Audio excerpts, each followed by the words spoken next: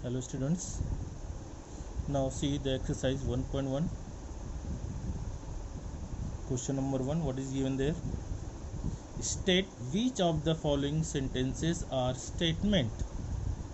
मतलब क्या करना है, स्टेट करना है कि कौन सा सेंटेंस जो दिया हुआ है नीचे वो स्टेटमेंट है या नहीं, वो आपको स्टेट करना है। Justify your answer, if it is a statement write down it's truth value. अपना आंसर जस्टिफाई करना है तो मतलब स्टेटमेंट है या नहीं है, अगर है तो उसका ट्रूथ वैल्यू लिखना है। तो मैंने आपको सब बताया what is the statement. Statement is a declarative sentence which is either true or false. What? Statement is a declarative sentence which is either true or false. True होगा या फॉल्स होगा, दोनों कभी नहीं होगा, राइट? कौन कौन सा सेंटेंस स्टेटमेंट में नहीं आता है? Exclamatory sentence, interrogative sentence, imperative sentence, request, command, ये सब आपका जो सेंटेंस रहेगा वो स्टेटमेंट में नहीं काउंट होएगा।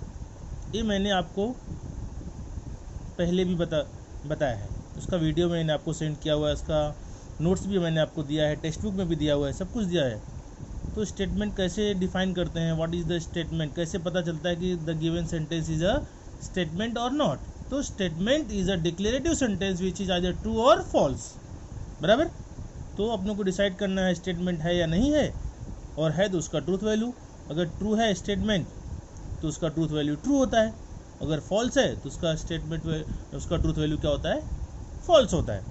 ये मैंने आपको बताया, राइट? अब एक एक करके देखते हैं। इसमें टोटल 25 क्वेश्चंस है। मैं कुछ क्वेश्चन आपको सॉल्व करके देता हूँ, कुछ एक्सप्लेन करके देता हूँ।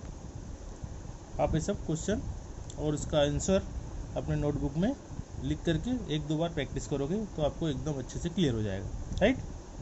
देखो first one, what is the first one? A triangle has n sides. इसमें क्वेश्चन मार्क लगा है क्या? एक कमांड है क्या? एक्सक्लामेटरी है क्या? नहीं ना, एक सिंपल सेंटेंस है, असर्टिव सेंटेंस है। A triangle has n sides, yes it is a statement which is false. False क्यों लिखा मैंने? n साइड मतलब ट्रायंगल में 3 ही साइड होता है, उससे ज़्यादा नहीं होता। n साइड मतलब कुछ भी हो गया वहाँ पे, तो which is false, hence it truth value is false. It is a statement which is false और इसका ट्रूथ वैल्यू क्या होगा? False, right? ऐसा आपको आंसर लिखना है। दूसरा भी देख लो। The sum of the interior angle of triangle is 180। The sum of interior angle of triangle is 180। पता ही है आपको, पहले से पढ़ते आए हो। 10th 9 7 6 सब में आपने सुना होगा the sum of interior angle of triangle is what? 180। कितना होता है? सम मतलब एडिशन, इंटीरियर एंगल मतलब अंदर के एंगल का मेजरमेंट का सम, तीनों एंगल को ऐड करने भी कितना आता है? तो 180 आता है। तो it is a statement which is true, hence is truth value is true, right? Now third one, you are amazing. You are amazing, यहाँ देखो एक्सक्लेमेशन साइन लगा हुआ है, तो क्या लिखोगे? It is an exclamatory sentence. Exclamatory हो गया। अगर एक्सक्लेमेटरी होता तो क्या होता है?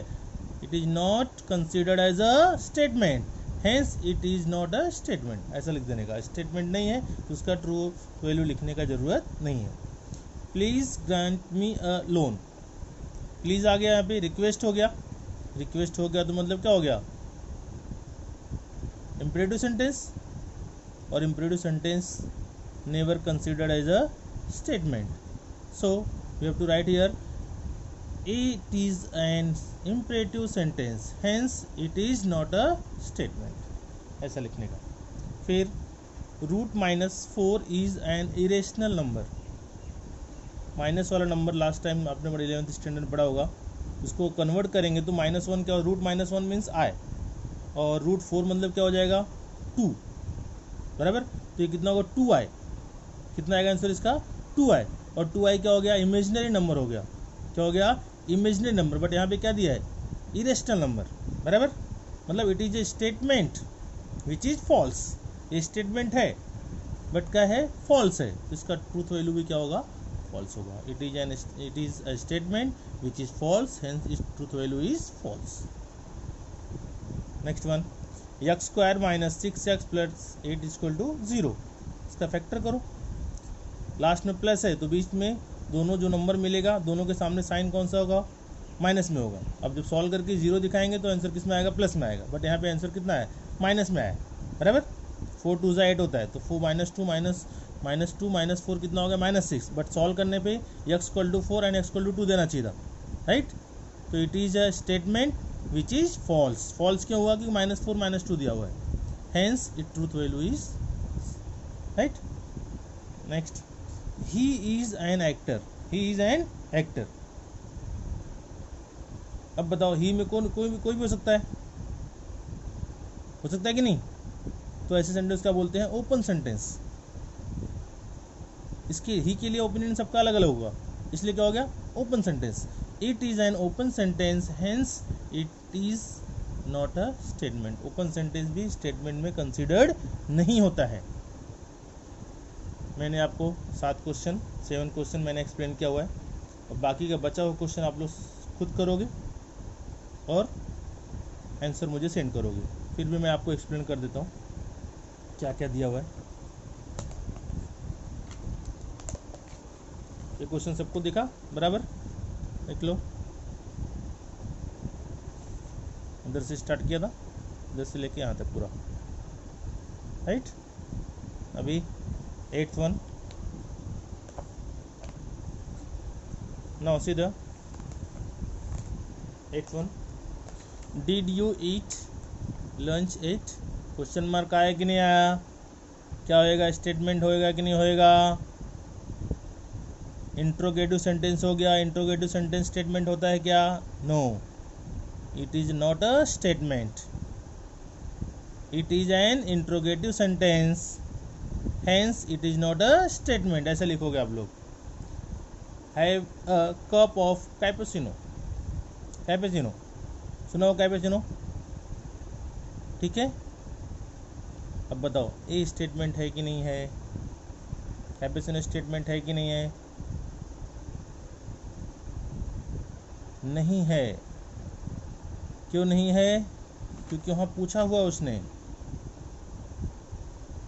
कमांड किया हुआ है। क्या किया हुआ है, कमांड किया हुआ है, इंपरेटिव सेंटेंस हो गया। क्या हो गया, imperative sentence, therefore it is not a statement. x plus y the whole square equal to x square plus 2xy plus y square, it is true, it is true, it is a statement which is true, hence its truth value is true, right. Every real number is a complex number, every real number is a complex number। ये खुद करोगे आप लोग, क्या हर एक real number complex number होता है क्या, इट इज स्टेटमेंट। और ट्रू फॉल्स लिखना आपका काम है, अभी आप मुझे लिख के भेजोगे। 1 इज ए प्राइम नंबर, ये भी आप लिख के मुझे भेजोगे। With the sunset the day ends, ये भी आप मुझे भेजोगे। 1 factorial equal to 0, 3 + 5 is greater than 11। ये सब क्वेश्चन है, मैं आपको एक्सप्लेन नहीं कर रहा हूँ, केवल क्वेश्चन बता रहा हूँ, देखो और सॉल्व करो। Next one, the number pi is an irrational number. Next one, x square minus y square equal to x plus y, x minus y, for all x y belongs to R। बहुत ही simple है। The number 2 is the only even prime number, right. 2 coplanar lines are either parallel or intersecting. The number of arrangements of 7 girls in a row for a photograph is 7 factorial. Very very simple. Give me a compass box, it's very simple. Bring the motor car here, देख लो क्या है, reason के साथ लिखना है आपको। Next, it may rain today, it may rain today, आपको decide करना है स्टेटमेंट है कि नहीं है। ट्रूथ वैल्यू भी लिखना है अगर स्टेटमेंट है तो। If a plus b is less than 7, अगर a plus b less than 7 है तो a और b भी लेस देन 7 ही होगा, क्योंकि एडिशन, दो नंबर का एडिशन अगर लेस देन 7 है तो a और b का वैल्यू भी लेस देन 7 ही होगा। Where a is greater than equal to 0, b is greater than equal to 0, मतलब a और b 0 से बड़ा नंबर है। Then a is less than 7 and b is less than 7, yes, बराबर। अब आपको डिसाइड करना है स्टेटमेंट है कि नहीं है, ट्रूथ वैल्यू लिखना पड़ेगा। Can you speak in English, बराबर, क्वेश्चन मार्क आ गया है। मैंने आपको सब रूल्स बताया हुआ है, रूल्स फॉलो करो और इस सबका आंसर लिख के मुझे बताओ, राइट। पूरा नोट्स बना लो पेपर 1 पेपर 2 के लिए। पेपर 2 मैंने एक चैप्टर आपका फिनिश किया हुआ है, चैप्टर नंबर 7। अब मैंने पेपर 1 स्टार्ट किया हुआ है, जो कि फर्स्ट ही चैप्टर है। एक्सरसाइज 1.1 मैंने आपको एक्सप्लेन कर दिया, उसका बेसिक कॉन्सेप्ट बता दिया। फिर आगे अगला वीडियो मैं आपको 1.2 के लिए सेंड करूँगा। तब तक आप ये सब अपने नोटबुक में लिख डालो।